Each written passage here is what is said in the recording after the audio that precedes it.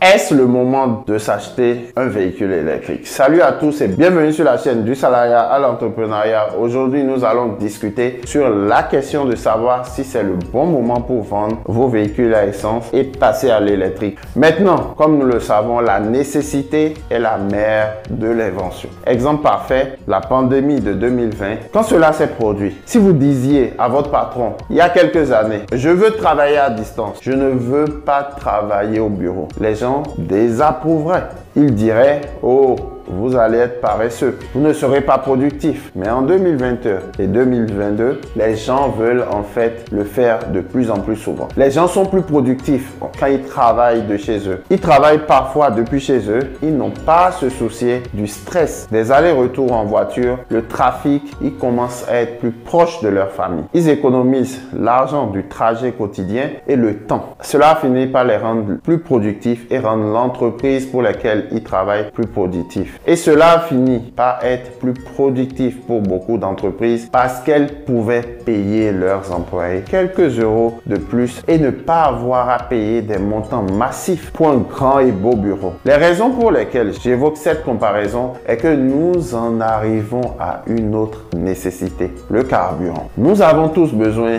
de carburant dans nos voitures pour nous déplacer. Car comme le prix de l'essence ou du gasoil augmente partout dans le monde, les gens commencent donc à paniquer. Est-ce le moment d'acheter un véhicule électrique? Maintenant, je vais passer en revue certains points de l'aspect mécanique, aussi l'aspect concessionnaire. Si vous deviez acheter un véhicule électrique, je vais être totalement honnête, j'aime les voitures électriques. Je suis donc pour l'électrique et je pense que c'est l'avenir. D'ailleurs même, ça coûte moins cher de rouler à l'électrique. J'ai conduit ces derniers mois la Tesla Model 3 et aussi le Taycan de Porsche qui sont vraiment de très belles voitures avec des technologies étonnantes. Mais il y a un certain nombre de choses que vous devez savoir si vous envisagez d'acheter un véhicule électrique. Lorsque les gens font des vidéos pour parler des voitures électriques, la seule chose dont ils parlent est le prix ou encore leur impressionnante technologie.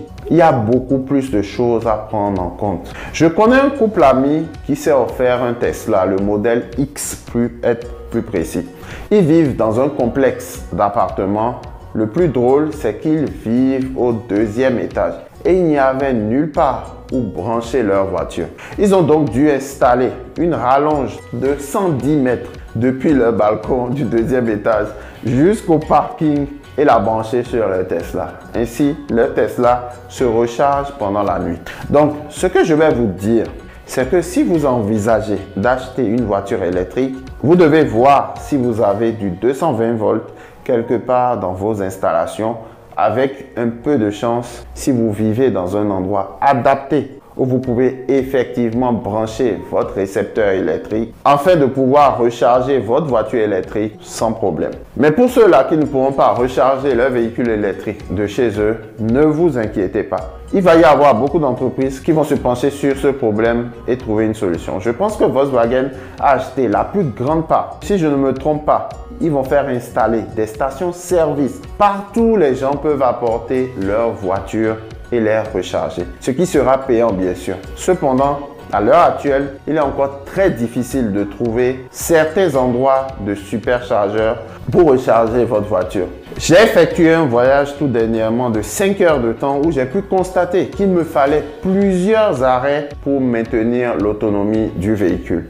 J'ai eu du mal à trouver des stations de recharge à certains endroits. Donc, si vous vivez dans une zone un peu isolée, c'est quelque chose que vous devriez certainement considérer. Nous allons maintenant aborder la question du prix de l'électricité par rapport au carburant. Ce n'est pas un calcul simple. Je ne vais donc pas essayer d'élaborer une formule pour vous montrer comment cela fonctionne. Vous achetez une Tesla d'occasion. Je viens de regarder, le moins cher que j'ai trouvé sur les plateformes de vente est à 42 000. Vous savez, c'est un véhicule très cher, mais vous l'achetez en vous disant que vous allez économiser beaucoup plus d'argent en carburant. Eh bien, même si c'est moins coûteux, vos factures d'électricité vont probablement augmenter de quelques centaines d'euros. Ce n'est pas complètement gratuit.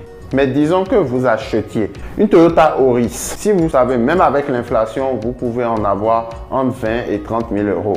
ou même une Toyota Camry allant jusqu'à entre 40 et 50 000 euros. La Camry en moyenne consomme, je pense, un peu entre 2 000 à 3 000 euros par an de carburant, sans compter l'assurance. L'assurance sur les Tesla est très chère parce qu'ils n'ont pas beaucoup de pièces de rechange. Donc quand elles sont touchées, elles sont souvent détruites. Parce que vous savez, pour faire certaines réparations, ce n'est pas comme une voiture traditionnelle où l'on peut couper différentes sections du monocoque et le remettre en place et obtenir un autre moteur. Avec une voiture électrique, c'est beaucoup plus cher. Si vous avez un certain type de collision majeure ou un certain type de problème, il faut que votre voiture soit réparée à 100%. Sinon, votre voiture peut prendre feu ou avoir un problème de charge. Votre assurance est donc généralement beaucoup plus chère pour une voiture électrique que pour une voiture ordinaire. C'est donc un autre élément à prendre en compte. Maintenant, je sais que beaucoup de gens pensent que l'entretien est bon marché parce que vous n'avez pas à vous soucier du changement d'huile ou de choses comme ça. Dans mon Audi, par exemple, je pense que j'ai fait la vidange tout récemment et je n'ai eu qu'un seul changement d'huile. Donc, ce n'est pas si mal. Je pense que j'ai payé 300 euros chez le concessionnaire. Si vous possédez une voiture ordinaire, une centaine d'euros suffira. Donc, il y a une si grande marge. Mais je voudrais mettre l'accent sur le fait que les voitures électriques de première génération et les véhicules hybrides et certaines Tesla ont de gros problèmes quand il s'agit de remplacement de la batterie. Beaucoup de fabricants ne sont pas prêts à honorer leurs engagements, à donner une garantie ou à échanger un certain nombre de pièces, ce qui les oblige à remplacer la batterie. Maintenant, il y a certains propriétaires de Tesla avec moins de 100 000 km. Lorsque la batterie de leur voiture, on ne charge que jusqu'à 60%, ils veulent tout remplacer. Alors qu'il faut 10 000 à 20 000 euros pour remplacer les batteries d'une Tesla. Ce qui est un montant quand même énorme pour une batterie. La batterie de mon véhicule Tesla Model 3 est censée avoir une autonomie de 450 km. Je la laisse brancher pendant 6 à 8 heures chez moi ou au bureau pour qu'elle puisse avoir les 100%. Je la conduis relativement 40 km en moyenne et chaque fois que je conduis cette voiture, la cellule de la batterie commence peu à peu à mourir. Mais vous savez, hormis tout ce que je viens de vous citer plus haut, comme je l'ai dit, les voitures électriques sont d'un exploit technologique incroyable. Une chose pour laquelle je veux féliciter Tesla, c'est qu'ils ont dépensé beaucoup d'argent pour la conduite autonome. Ils ont 5 à 7 ans d'avance sur tout le monde. Maintenant, croyez-le ou non, Ford, Toyota, Hyundai ont tous des packs de batterie qui peuvent aller jusqu'à 600 km sur une seule charge. Donc, ils sont déjà en train d'écraser Tesla en ce qui concerne les batteries. Tout le monde disait que Tesla avait la meilleure technologie en matière de batterie. Je pense que ces petites entreprises indépendantes et sûrement ces grosses franchises vont écraser Tesla en matière de kilométrage. Vous savez, je ne sais pas combien de temps il faudra avant que ces batteries sortent. Je pense que ce sera d'ici 3 à 5 ans, quand la voiture électrique sera un peu plus abordable. Maintenant, pour les grands voyageurs, je suppose que vous ne voulez pas être coincé sur l'autoroute quand il vous reste 20% de batterie et qu'il n'y a rien que vous puissiez faire. Vous êtes juste absolument coincé là. Et même si votre voiture meurt, vous savez, ce n'est pas comme si vous puissiez juste aller chercher une dizaine de litres dans une station la plus proche afin que vous puissiez vous dépanner. Non, vous êtes pratiquement foutu. Vous devez faire remorquer votre voiture.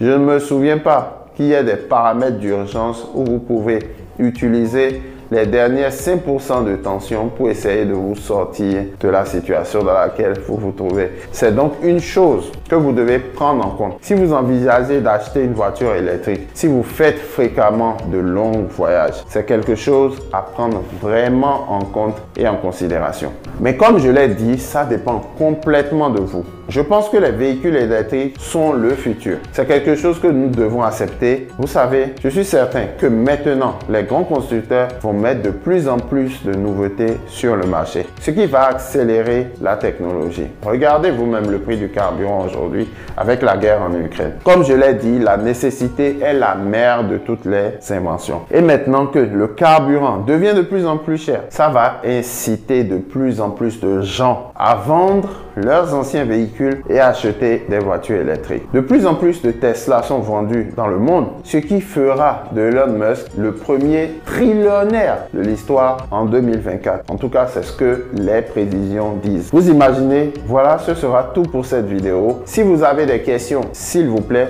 mettez-les dans la section commentaires. Je répondrai personnellement à chaque question. Si vous avez des questions sur le business de la location de voitures, le financement, la création de votre société de location de voitures, l'achat et la vente de voitures, je suis là pour vous aider. Inscrivez-vous au challenge Crédit Car Cash, qui est un challenge que je vais lancer de manière périodique sur 5 jours. Je vous apprendrai les ficelles et les rouages du métier afin que vous puissiez commencer à générer dès votre première année 100 000 euros comme moi j'avais eu à le faire durant mes premières années. Merci d'avoir suivi cette vidéo. Si vous avez apprécié le contenu, appuyez sur le bouton j'aime et n'oubliez pas la cloche de notification pour ne rater aucune autre de nos prochaines vidéos. On se retrouve à la prochaine vidéo. Vivez, non survivre, soyons prospères.